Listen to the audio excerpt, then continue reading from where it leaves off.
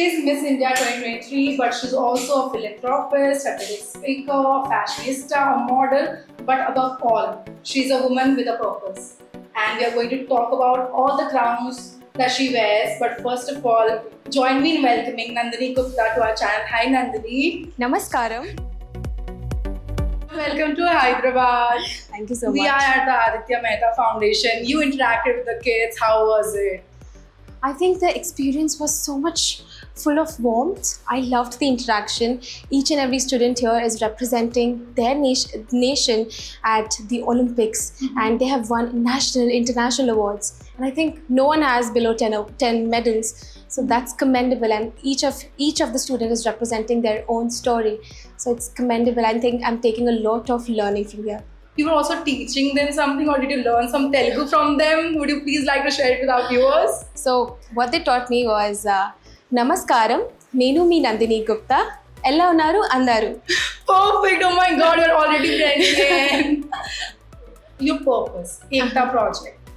It touches and bursts the myth about how specially able people are. Yes. Athletes are looked Yes. upon, right? Yes. Athletes are looked upon. Why did you choose this project in particular? There are many projects people go with education, poverty, but is there some inspiration behind it? Of course, I think the inspiration, I drew it from my family experience. My paternal uncle, my chacha, who suffers from polio, has developmental delays and also intellectual disability. Growing up, I saw him face the difficulties while adjusting to the world. And every time he was told that I think the opportunities are very limited, and the love and the humbleness towards him was conditional. They thought that should we be empathetic or sympathetic, but I don't think so that he needed that. All he needed was the normalizing or feeling him inclusive. And I think when I grew up, I saw that the world don't treat him the way we did, of how we backed him up. And that's the inspiration, and how he always smiled even though people rejected to sit with him on the same table. That ignited the spark. To see his perseverance, that seed imbibed. That seed actually took the growth, and that actually formed into Project Ekta. Once a vision, now a reality. Perfect, that's a beautiful answer. But I'd also want to know, because many a time we want to help, we want to break the ice, we want to connect with the specially abled, but we Yes. don't know how to do it. But you do it very naturally, it comes very naturally. But what are the myths about the specially abled person that you would like to burst, that we don't know we don't know? In a society, we are different kind of people, but we yet have to Yes. crack it. Yes, but what I truly feel that the myths around these people, about the entire community of differently abled individuals, not just athletes, but who has some disability or impairment. You know what? When a child is born, if the child spits the food or there's a saliva out of their mouth, we treat it with love, respect. We make them wear a bib. But you know, when it happens to an adult, we shy away. We tell them, "Oh, sorry, we can't. Oh, it's not pleasant to my eyes." Yes, as untouchables, or rightly said, we make things awkward for them. And the one way to make them feel normal is to you feel normal inside. It's always said that, to ignite the change, you need to feel the change within yourself. So if you want to bring the change, if you want to bring the normalizing situations around them to make them feel inclusive, you need to feel at your heart that they are not unique or they are not different. They are one of us. And to be very honest, I think we owe them of how we have treated them. And the kindness, the compassion, and the love should be very unconditional, and we should not be helping them, but we should be empowering them. Very rightly said that. I told in my introduction that you wear many crowns. Yes. So which one is your favorite of them all, or do you wear each one of them with equal ease and grace? To be very honest, I always believe that Indian women are someone who multitask. So I definitely switch on to the roles of the crowns at every point in my time. And if I have to be a bubbly girl, I would definitely be that. If I have to be in my responsible zone, I would do that. And if I have to play around with children, I would definitely be in that crown zone. So yes, Nandini carries many roles within herself, but at ease. Absolutely. Also, talk to us about your Miss India journey.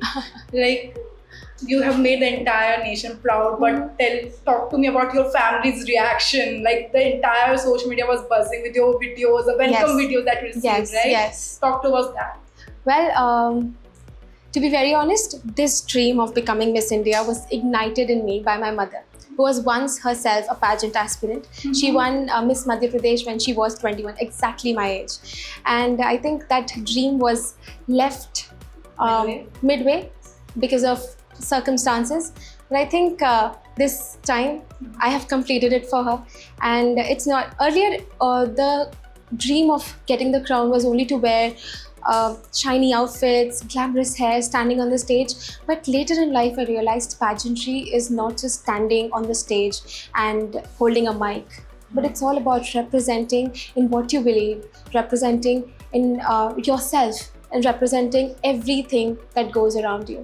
And right now, I'm representing myself, I'm representing India, and I'm representing Telangana, and I'm representing each and every individual, the hearts of 1.4 billion Indians at the world stage. So it's a combined dream that you're living. Yes, it's a combined dream, it's a combined love, and I think I'm taking the heritage of India to the world stage. You're also, like, I saw your video with your fellow contestants. Yes. Are you excited to meet them? Oh, I'm really excited to meet them. Even though before the pageant we have started to connect, we are planning on few more content together. Right now we are previous reel was about dancing to Desi Girl, and I think all the contestants loved it. And I'm really looking forward to meet them in person and give them the royal welcome which India is known for. Talk to us about your predecessors. Did you learn something from them? Priyanka Chopra, Aishwarya Rai. What are the qualities that you maybe admired or imbibed in you from them? To be very honest, earlier I was a very shy girl. A girl probably who would be very introverted to stand on the stage, and my hands used to shiver. But now, after Miss India, or during the time of Miss India, I saw the videos of Priyanka Chopra, of Aishwarya Rai, and also my predecessor Sini Shetty, who also represented India in India. So yes, I had taken a lot of inspiration to be where I am today, and I think there's a lot of essence of the previous Miss Worlds and previous Miss Indias that I carry within me. And I think that in India, not only we pass down the jewelry, but we also pass down our experiences, our heritage and our culture. And I think that's the inheritance what I'm looking forward to represent at the world stage. Yes, you're representing India this time. What are you most excited about? To be very honest, I'm excited to explore the different locations of Telangana. I saw the different places, the Chaumala Palace, the Falaknuma Palace, and I'm looking forward to actually go there. I think today I'm going to Charminar, and you gave me the suggestion to have Irani chai, which I cannot wait for. And actually, all the Miss World sisters are coming from across the globe. They are bringing the diversity that they hold and the purpose that they believe in. And when they'll be in India, I can't wait to show them the handlooms, the infrastructure, the architecture, the temple jewelry. And I think Hyderabad is known for love, the city of love and the city of pearls. And we girls only want love, nothing much. And we are in the right city at the right time and with the right amount of girls. You're also completing your education along with playing all the roles that you are. How important do you think is that for you? Completing education. Well, I've just completed my graduation. I've done my business management studies with honors in finance. You can call me a number geek. I love numbers. I find them fascinating enough. And I think given a chance in future, I would love to deepen my skills further while pursuing a master's degree. So yes, balancing like it your both ways. predecessors, is Bollywood your dream or no? I love Bollywood. Yeah? I mean, who doesn't? I love Bollywood. I love Tollywood, and I love Mahesh Babu. and I think whenever given the chance and the opportunity, I would love to explore it. And let's see after Miss World what opportunity knocks my door, and I'll be definitely be able to play the role. Who's that one director or an actor in your bucket list that you would like to make a big debut? Sanjay Leela Bhansali. I'm a very big fan of him, and one of my major favorite is Hum Dil De Chuke Sanam and Bajirao Mastani. So I can't wait to dress up in those beautiful heritage clothes and represent the ethnicity and the elegance I have within myself. With your purpose, you're touching million hearts, you're reaching many places. Mhm. But what's one thing that inspires you the most? The one thing that inspires me the most is the resilience of each and every Indian hold within themselves. I mean, if you go to each and every place, there would be some person initiating or narrating their own story. And what could be a better pleasure or better platform to represent them at that stage? And I think I'm looking forward for all the sisters to come down in India, uh, be the host for 25 to 30 days, and I'm really looking forward to it. And I think Indians don't need I don't think I need to have inspiration from one thing. I need inspiration every single day. I'm taking inspiration from you about Irani chai.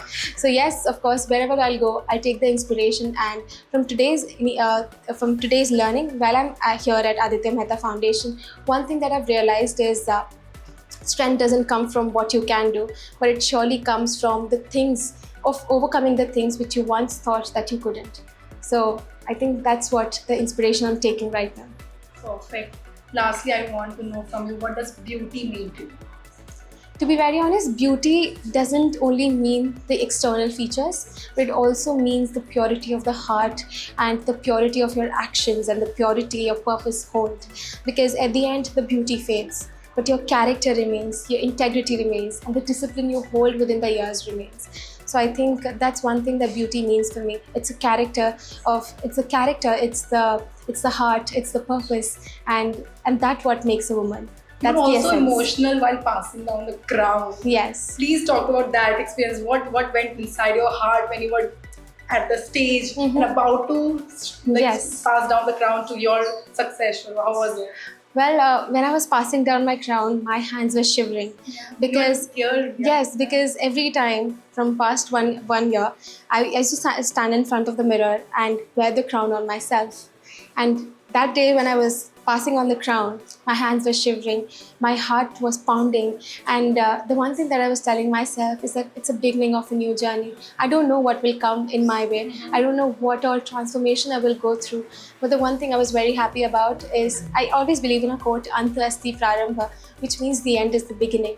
And that day while I was passing on, the one quote that was going in my mind was same, Anta Asti Prarambha.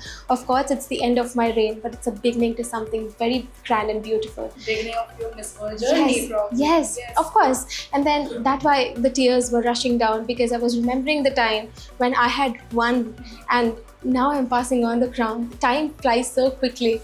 So I think, yes, that is the one thing. One message to your followers, fans who are rooting for you to win this Miss World contest. The one message I would give to each and every Indian is that I'm your daughter and I'm representing India at the Miss World platform, the 72nd edition of Miss World, which is happening in Hyderabad, Telangana. And I cannot be more proud to represent 1.4 billion people at the world stage. I carry your love, your discipline, your values, and the culture within myself while I'll represent myself and India at the world stage. So I can't be more proud. I ask for your love, your support, and on 31st of May, lot of your duas so I can get the world crown. A billion players are there for you. All the best for Miss World contest. Thank Wish you so the much. Best and only best. Thank you so much. for talking Thank you, to us. thank you, thank you. So that was Nandini Gupta with us, and we really have to root for her. So India, let's get united. This is our mission to make her win. Let's support her.